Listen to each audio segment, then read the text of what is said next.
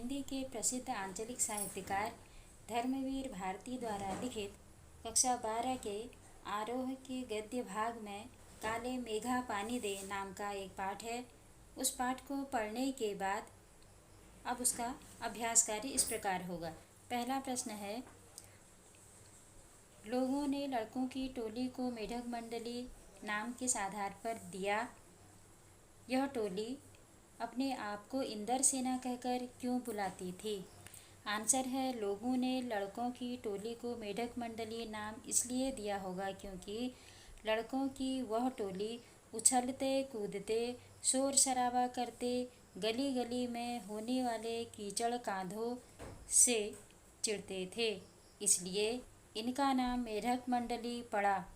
यह टोली अपने आप को इंदर सेना इसलिए बुलाती थी क्योंकि वे स्वयं को इंद्र भगवान का प्रतिनिधि मानकर उछलते कूदते एक दूसरे को धकियाते किसी दुमहले मकान के सामने रुककर कहते, पानी दे मैया, इंदर सेना आई है।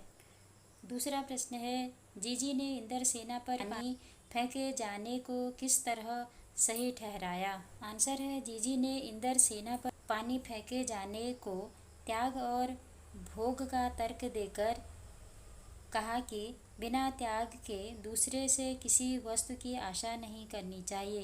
त्याग तो वह होता है कि जो चीज़ हमारे पास हो उसे किसी ज़रूरतमंद को देकर उसकी आवश्यकता पूरी करें। अगर किसान 30-40 मन गेहूँ उगाना चाहे तो उसे 5 से 6 सेर गेहूँ बीज के रूप में धरती को देना ही पड़ेगा। उसी प्रकार जब हम इंदर सेना पर पानी फेंकेंगे तभी इंदर भगवान प्रसन्न होकर हमें पानी देंगे। तीसरा प्रश्न है, पानी दे गुड़धानी दे, मेघों से पानी के साथ साथ गुड़धानी की मांग क्यों की जा रही है? आंसर है, मेघों से पानी के साथ साथ गुड़धानी की मांग इसलिए की गई क्योंकि जब मेघ अर्थात बादल पानी बरसाएंगे तभी खेतों में पैदा होगा जिससे गुड़ बनेगा। वर्षा होने से ही खेत में धान अर्थात अन्न भी पैदा होगा। दूसरी ओर पानी के साथ गुड़धानी शब्द की योजना करने से यह वाक्यांश एक गीत सा प्रतीत हो रहा है। चौथा प्रश्न है, गागरी फूटी बैल प्यासा, इंदर सेना के इस खेल गीत में बैलों के प्यासा रहने की बात क्यों मुखरित हुई है? आंसर है, इंदर सेना के इस खेल गीत में बैलों को महत्वपूर्ण स्थान मिला है क्योंकि किसानों के जीवन में भी बैल ही प्राथमिकता हैं। वर्षा के न होने से बैल भी प्यासे रह सकते हैं और किसान की गागरी अर्थात घड़ा भी कभी न भरकर एक न एक दिन टूट ही जाएगा। इसलिए इंदर सेना इंद्र भगवान से बादलों के बरसने की प्रार्थना करते हुए समस्त संसार को भूखा रहने से बचाना चाहती है। प्रश्न संख्या 5 है, इंदर सेना सबसे पहले गंगा मैया की जय क्यों बोलती है?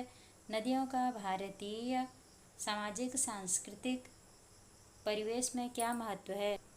आंसर है, भारतीय सभ्यता संस्कृति में गंगा नदी को पवित्र और देव स्वरूपा मानकर उसकी पूजा की जाती है। इसलिए इंदर सेना भी सबसे पहले गंगा मैया की जय बोलती है।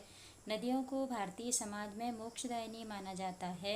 साथ ही नदियों के किनारे बड़े बड़े नगरों का निर्माण भी हुआ है।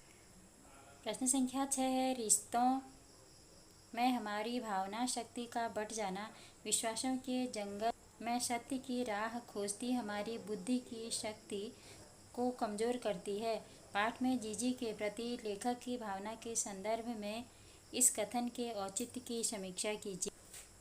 उत्तर है, पाठ के अनुसार लेखक जीजी की उस भावना को आहत नहीं करना चाहता जिस भाव से वह इंदर सेना को त्याग स्वरूप पानी देना चाहती हैं, परंतु वैज्ञानिक तर्क के अनुसार जीजी का यह कार्य लेखक को अतार्किक लगता है। वे कहते हैं कि पानी की पहले से ही कमी है और आप मेढक मंडली की एक आवाज़ पर पानी डालेंगी तो यह पानी की निर्मम बर्बादी ही होगी।